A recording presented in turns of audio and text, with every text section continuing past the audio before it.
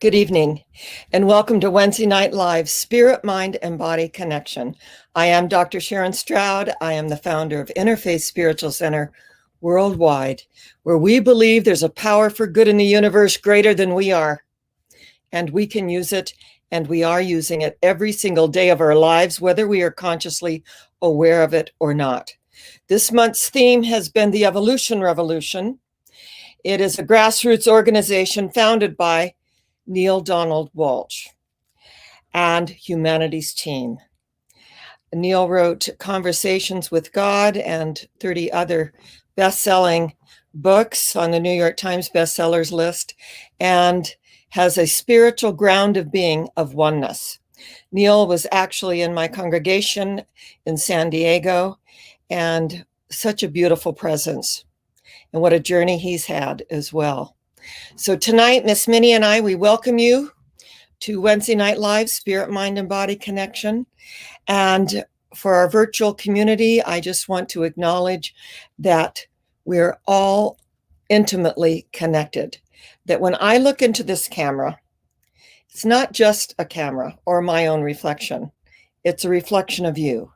The eye in which I see God is the same eye in which God sees me. And in this oneness do we live and move and have our being. So it's been very interesting up here in the desert. I'm actually above Palm Springs. I'm not the high desert, which is Morongo, Yucca Valley, and Joshua Tree. I'm considered desert edge. And it's been triple digits here. And so I am so grateful for air conditioning and the opportunity that I have to go into the mineral hot springs every single evening and just allow myself to absorb the energy. And with the full moon coming up, we can just feel this energy. And every night as I look up into the skies, and believe it or not, we can see stars here. I am so grateful, and we know that gratitude is the brightest beam to heaven. So tonight, I will set the tone with our chant from the Gandhi Foundation, and I invite you to as I make the declaration, just to repeat after me. And if you don't feel comfortable doing it audibly, just silently to yourself as I make the declaration. These are the Tibetan symbols resonating to the heart chakra. And remember, a chakra in the ancient Sanskrit means a wheel of spinning energy in a clockwise fashion. So feel free to repeat after me, silently or audibly, as we acknowledge the energy of oneness. I offer you friendship.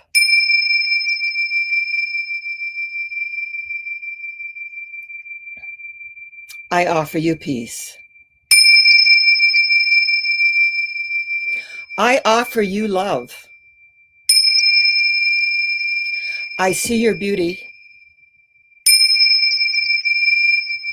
I hear your needs.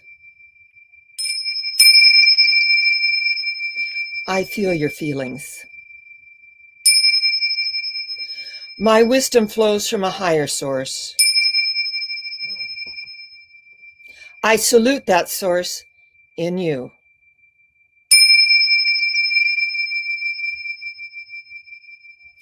Come, let us work together. Come, let us work together. Come, let us work together.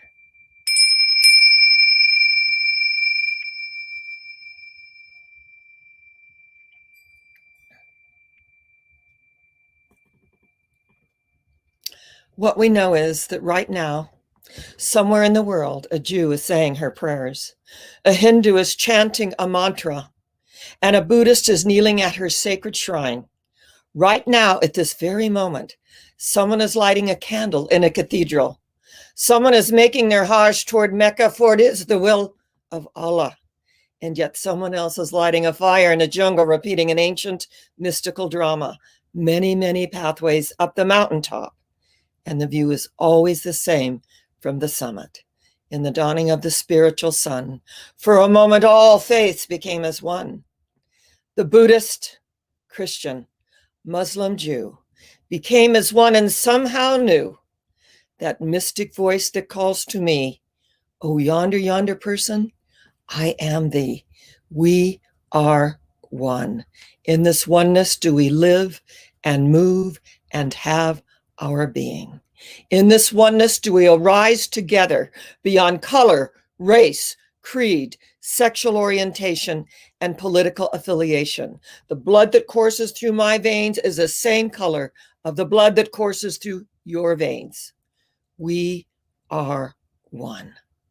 And so tonight, we are looking at 1,000 words that will change the world. I read them to you last week, and we do have these messages are archived and according to the month and the theme. And tonight, as I looked through these 1,000 words that will change the world, I picked out a few that I felt were completely relevant. And one of them was that when we take a stand in the truth, and this universal truth, that everything unlike that will come up, that it's the law of opposites, and there is a contextual meaning in the energy of taking a stand on spiritual principle and allowing everything unlike that to come up, because that is what it does. And many people think, well, this isn't working. Remember, it is always working. It works according to the way that we work it. And as we work these principles, they work us. And the ground of being for me was science of mind. And Science of Mind was founded by Dr. Ernest Holmes. It is an offshoot of Christian Science. And it is the laws of science, the opinions of philosophy, the revelations of religion applied to human need and the aspirations of every living soul. And when we look at the laws of science, what is that? Cause and effect. When we talk about karma, that's cause and effect, that there is a collective karma as well as an individual karma. And I was reading on Facebook, one of my dear Facebook friends, and she wrote on Facebook that she was very, very worried about the planet. She said, "I feel the world in need of healing." Well, I agree with that. I'm thinking of the people and the animals in the paths of the fires and floods. I am thinking of you, Germany. I am thinking of you, the Netherlands. I am thinking of you, South Africa. I am thinking of doctors and nurses in the hospitals as cases rise again. I am thinking of business people struggling to pay the rent or restart their businesses amidst the uncertainty of a pandemic. I am thinking of you children, wanting you to have a sustainable planet and the simple joys of childhood on a daily basis. I am thinking that in spite of the bad news that makes the headlines, all over the world, people are helping one another, rising up and trying to bring out the best in each other and for one another. I send my prayers and energies to these people and these communities this morning. I feel worried for the planet and its inhabitants, but so grateful for the gift of life. And what I know at a very, very deep level is that when we look at everything unlike what we're about coming up energetically, that these things bubble up and out, and that the collective consciousness of light penetrates the darkness comprehendeth it not, and shadows flee away forever. And the light not only absorbs the darkness, what does it do?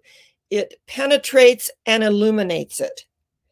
So when we look at what's going on in the world and feel that deep concern, because we know that worry is a morbid use of the visualizing capacity of our minds and our hearts.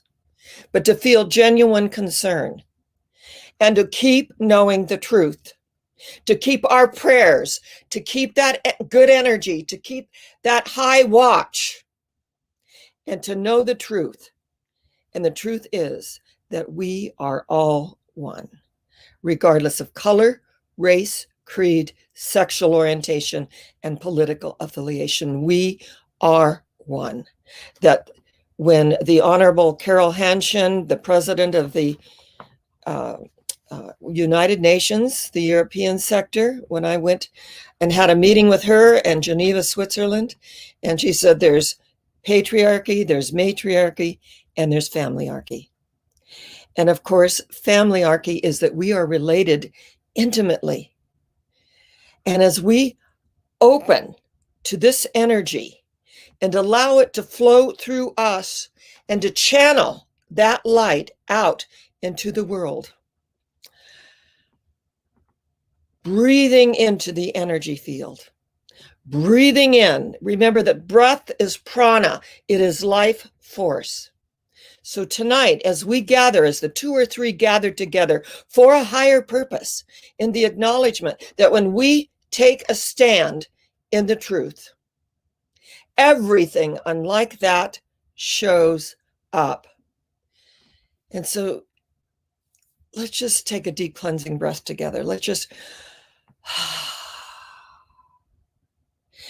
just know that as we offer each other peace in the Gandhi, that beautiful Gandhi chant, and we offer each other friendship on a universal basis. I get up every morning and I make a declaration, and I include the whole planet. The love of God surrounds us. The light of God enfolds us. The power of God protects us, and the presence of God watches over us. Wherever we are, God is. Whatever we conceive our God to be, whatever name we put on our higher power, it matters not. But to acknowledge that which is within each and every one of us is greater than that which resides in the world of conditions, appearances, and effects that we give our power away to on a daily basis.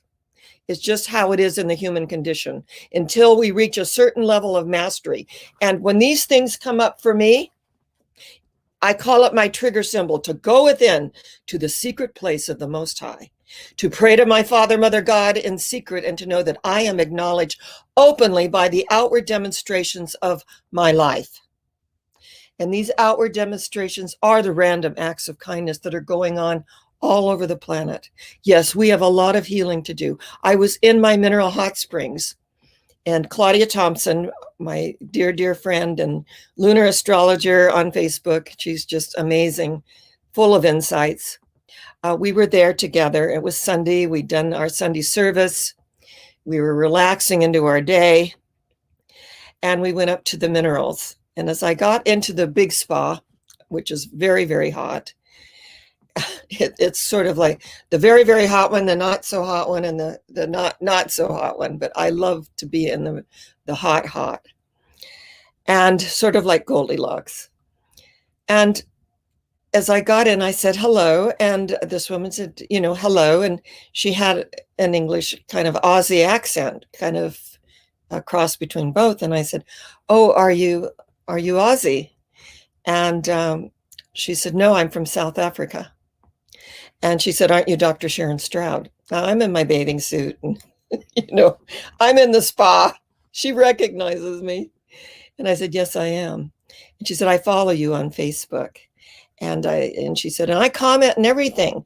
And I said, "Well, I really, really appreciate that. We're in our bathing suits. I really didn't recognize you in those tiny little photographs that we have here on Facebook." So she began telling me, and I've been to South Africa. I was there in the 80s. I took a proclamation from San Diego. I was in my San Diego ministry for over 25 years. And the mayor gave me a proclamation to give to the mayor of South Africa in Cape Town. Now, Cape Town is absolutely beautiful. And I was so stunned when I got off the train. We took a plane into Johannesburg and then the blue train to Cape Town.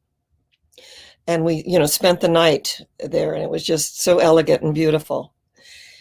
And when we arrived in Cape Town, there were these signs, coloreds this way and whites this way. I was like stunned, totally stunned. It was just like out of my sphere of recognition. And then we were staying at, believe it or not, a very high-end hotel that's going to come to me any minute now. I am going to be 77 next week. So, just give me a little slack here. The Sheraton. We were staying at the Sheraton, Cape Town. And I had a lovely room right on the ocean. And I had a lovely service maid, that came in, and we were in conversation, and she looked up at the clock and she said, oh my, I have to go. I have a curfew. Now, this is their land, and she has a curfew. She has to leave or she'll be arrested. So this is in the 80s. So I meet with the mayor and I tell him how absolutely stunned I am, and that I would like to see Nelson Mandela. And he said, well, we don't allow him to see visitors. And I said, all he wants is freedom. And the mayor said, it's complicated. That's what the mayor told me. It's complicated.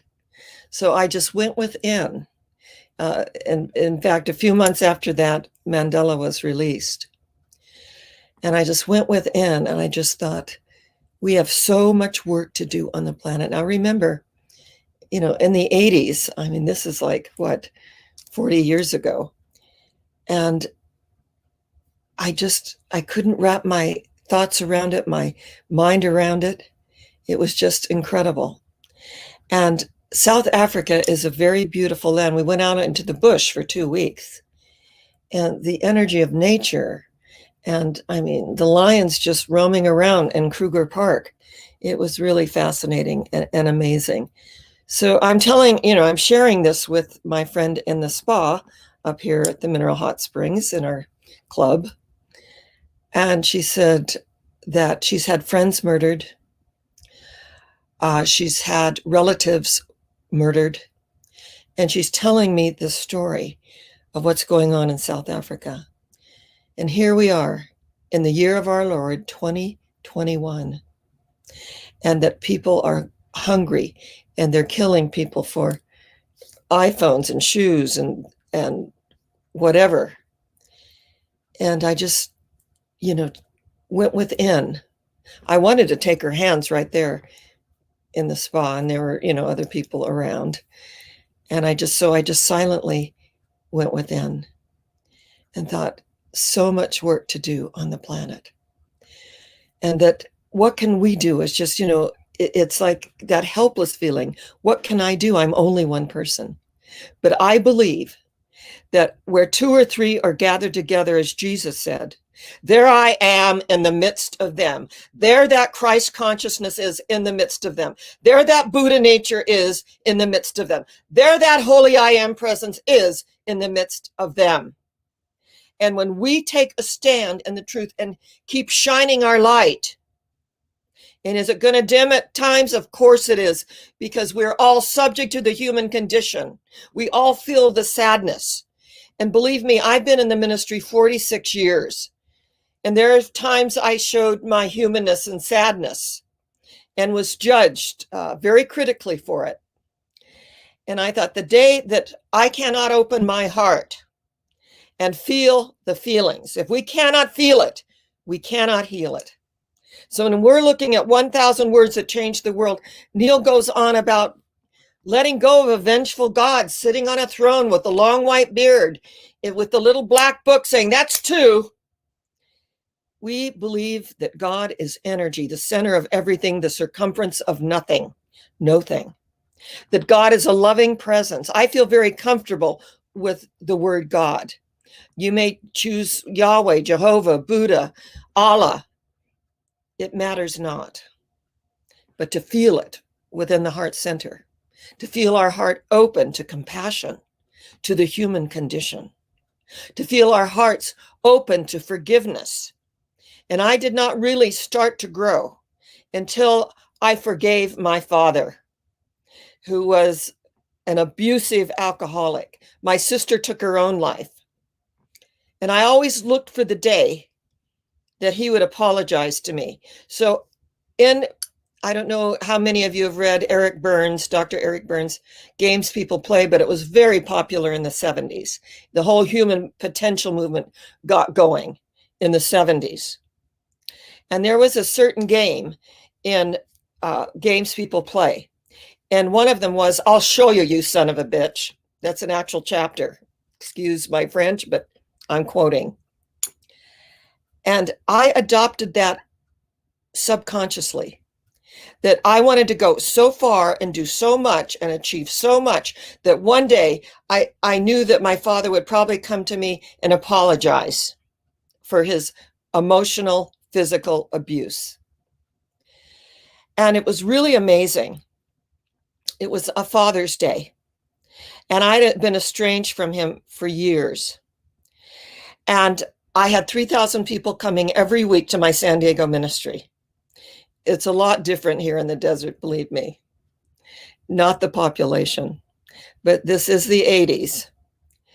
And it was amazing because as I looked out, 1,000 people for each service, as I looked out to the very last row, I thought I saw my father. And so I went from, we went from like welcoming everyone. And then we had a beautiful pianist named Tess, and we had vocal soloists, many different from all over that I'm sure you've heard of. And I was thrown. So I went from, we did the welcome, then we're supposed to do the soloist, and then, I do my presentation, and then we do another vocal soloist, and, we have an order of service. We went from and I just went right into my presentation. And then I look over at Tess on the piano, and she's going to her watch.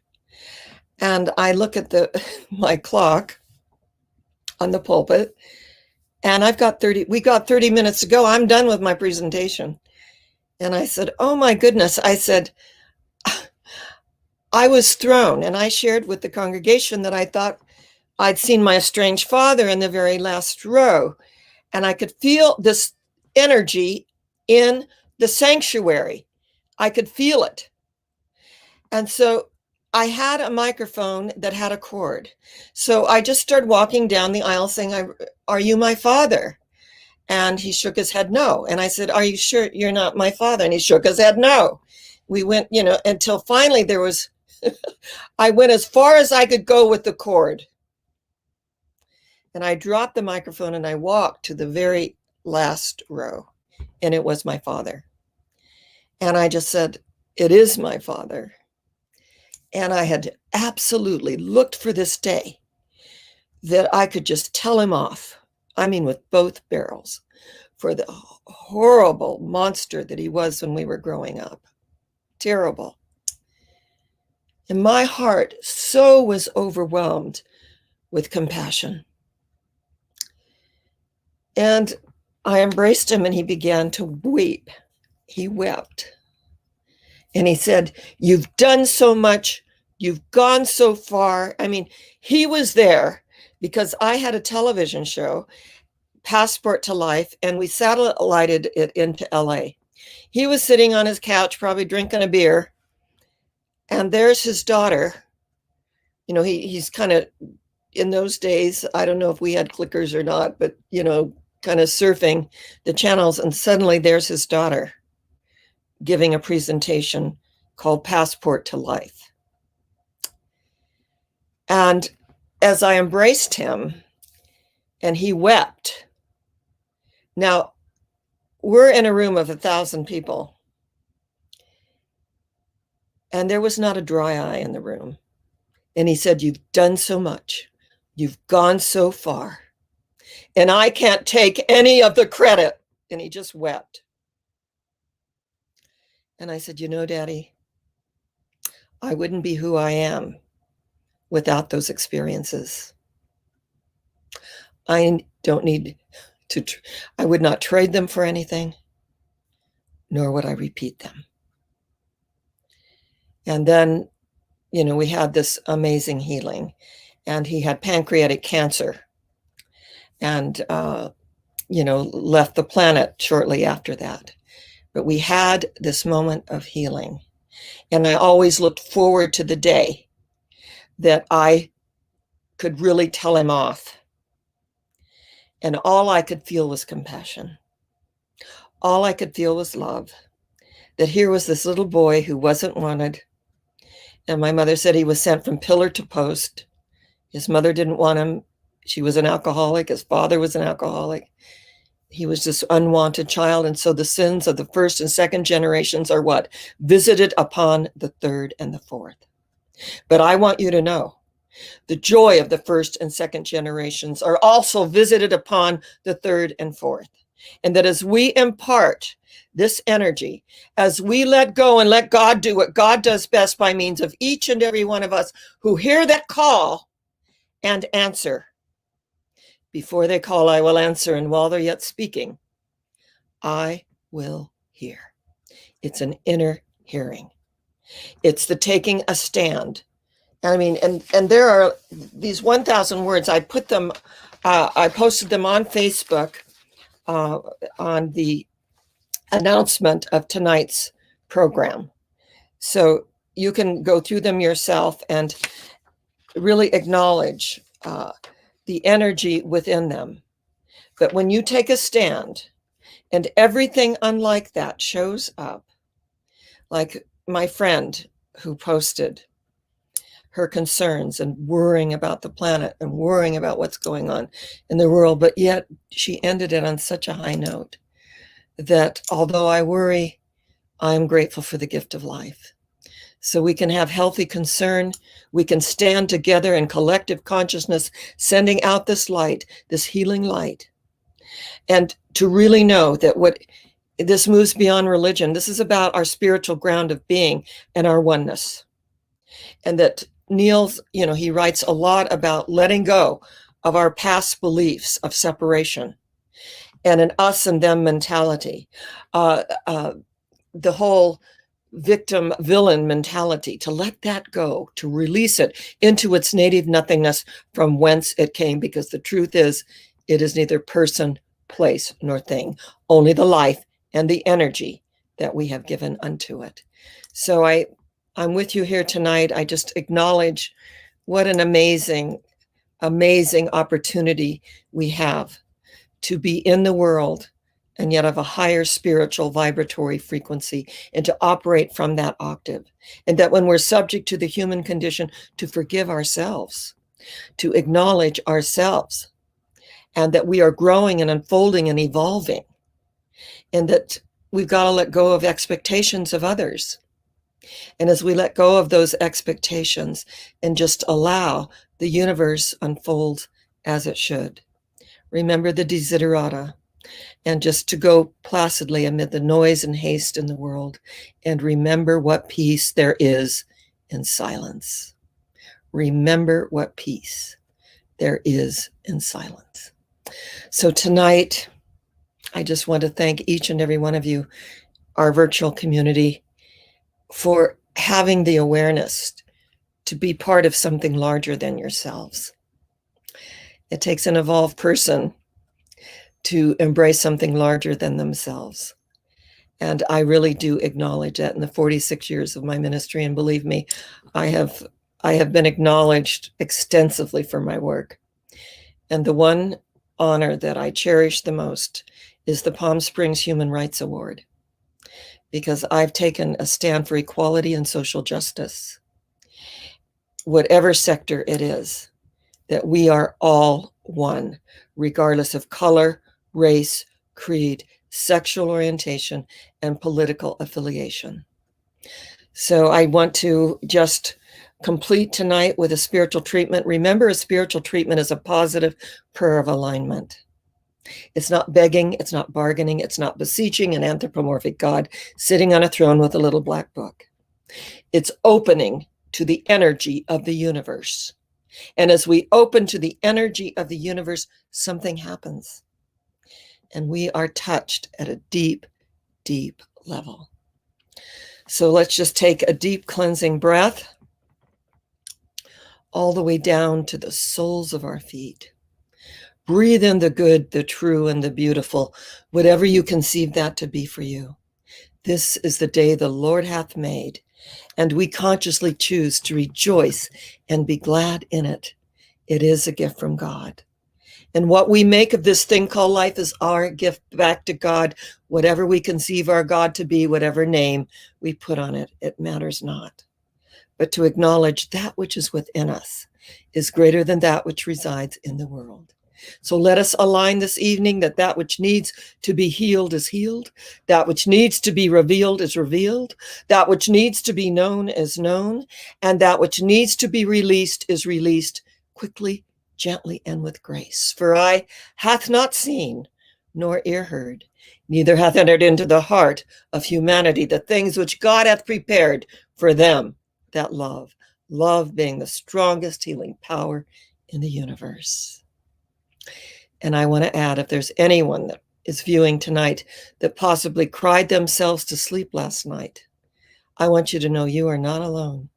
The love of God surrounds you. The light of God enfolds you. The power of God protects you, and the presence of God watches over you. Wherever you are, God is. This is the truth for you and with you.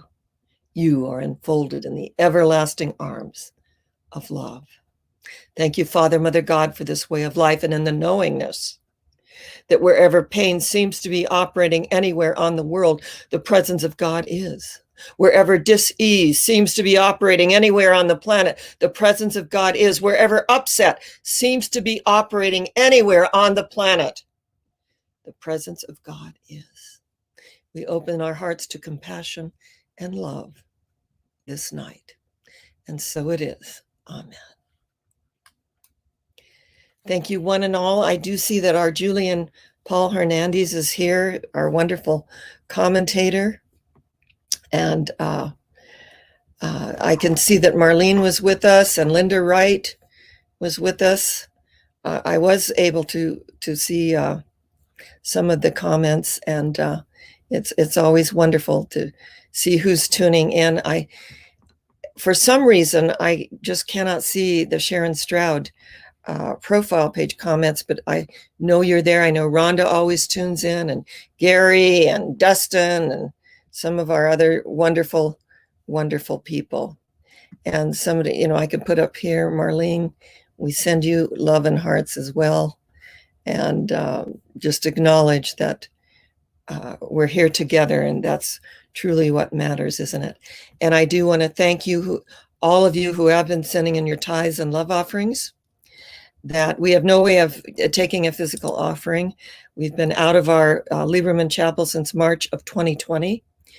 And because of you, our doors are open, that we have certain fixed expenses, as we all do, to run a business and to pay our vocal soloist as well. This is how he makes his living. And he's very patient when we have not been in the position to pay him, which I really appreciate, because we know that these are just temporary moments. Right?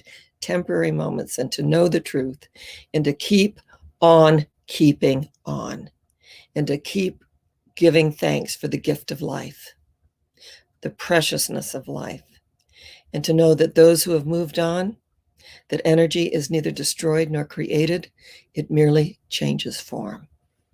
And so our loved ones are peering through the ethers, and I celebrate every July 11th is Neil Stroud's anniversary of transcendence.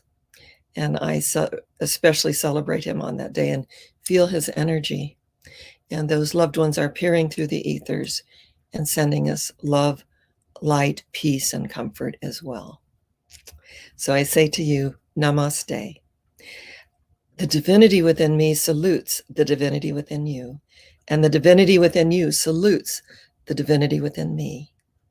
And if I am in that place in me and you are in that place in you, there is only one of us. Namaste. I say shalom, the peace that passes all understanding. And God bless us, every single one. Thank you for tuning in. Miss Minnie is conked out across the room. She had a hard day at the groomers today. We know how that is, bless her heart. But we will be back with you next week, and feeling so much love and gratitude. Just know that I love you, I am grateful, and I will see you next week.